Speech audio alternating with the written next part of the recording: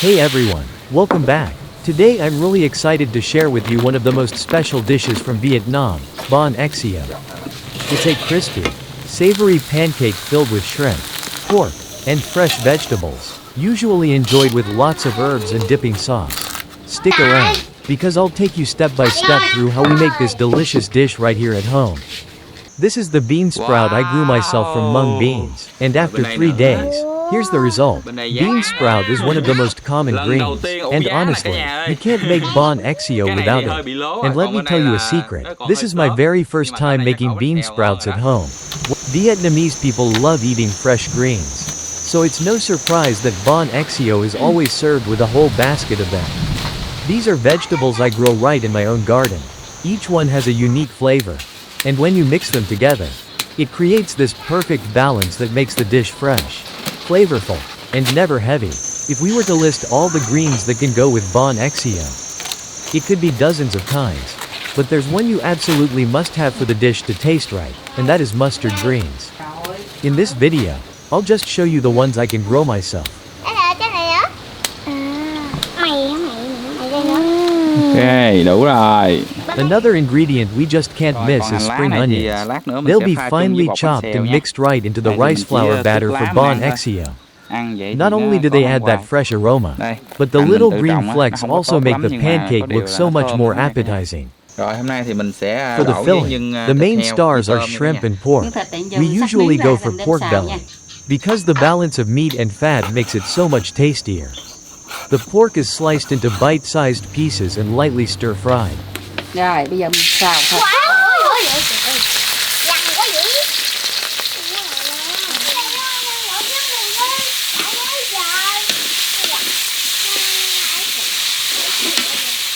Mom adds just a touch of seasoning to keep the pork juicy and not too dry.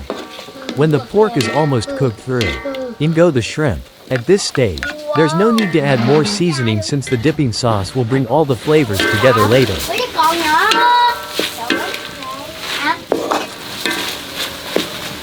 Mình xào nó chín rồi được ạ. Cho vào đây. Speaking of dipping sauce, this step is a bit more elaborate. We'll need garlic, chili, some shredded carrots, and white radish to make the pickled veggies. To pickle them, Mom uses vinegar with a bit of sugar to balance the sourness. Then lets it sit for 1 to 2 hours.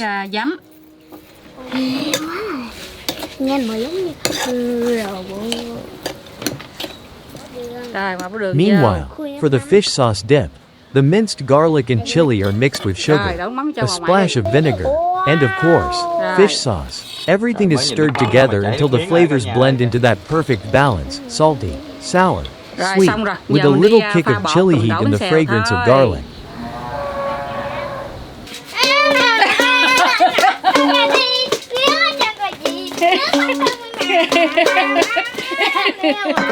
Now comes the batter. The base is rice flour. But to make it rich and flavorful, we add coconut milk and a little turmeric powder for that golden color. Mom also mixes in a small packet of crispy flour and 2 eggs to make the pancakes extra crunchy and delicious.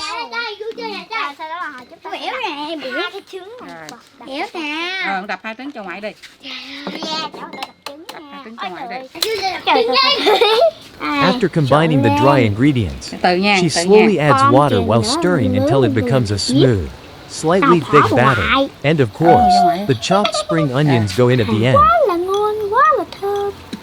Wow! Đây, để chị là biết làm nha. Ta phải đi luyện gì đó. Cảm ơn chị nha chị. Cảm ơn chị đầu bếp nhiều nha. Rồi. Mấy cái đoạn nha cái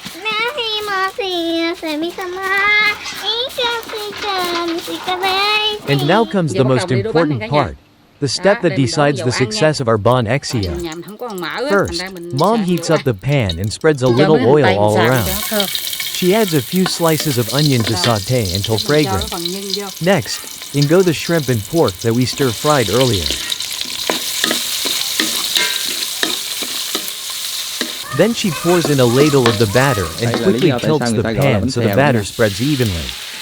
forming a thin, round Cho bánh vô thì pancake. nó sẽ có một cái Sometimes âm it thanh. takes more than just the Rồi wrist. bắt đầu đứng You lát. might see Mom moving her whole body to swirl the batter just right so the pancake comes out thin and even. Giá nhìn ngon á mày. Once the batter starts to dry, she adds some bean sprouts and covers the lid to let it steam. The heat has to be low, otherwise the pancake will burn. After about a minute, she uncovers the pan and gently shakes it so the pancake cooks evenly.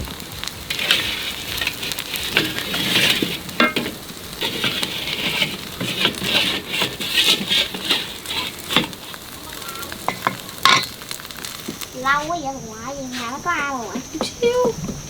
Chưa có một cái luôn. Con rau cô lên. Wow, quá đẹp When it's luôn. ready, she folds it in half and slides it onto a plate. And just like that, one Bánh Xèo is done. Rồi, xong một cái bánh đầu tiên.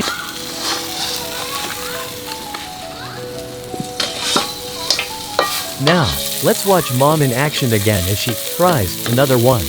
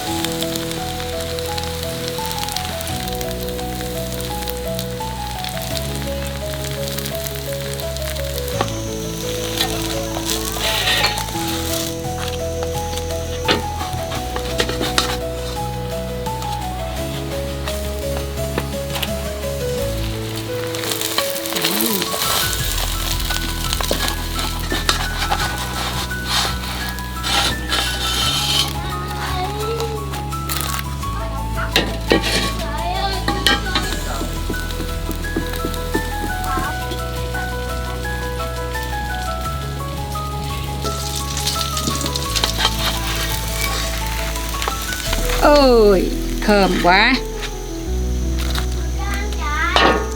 Trời. Đi ăn rồi. Coi nước.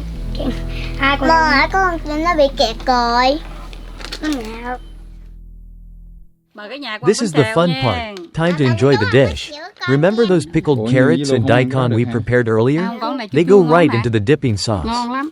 Tại con ăn không quen á chứ. There are a couple ngon of mà. ways to eat Bánh Xèo. You can place a rice paper sheet down. Pile on fresh herbs and lettuce. Add a piece of Bánh Xèo. Roll it all up. Then dip into the sweet and sour fish sauce. Or, you can simply use big lettuce leaves to wrap the pancake without rice paper. It's lighter, but just as tasty. Alright, let's dig in together. Ngon, đó một, hai rồi.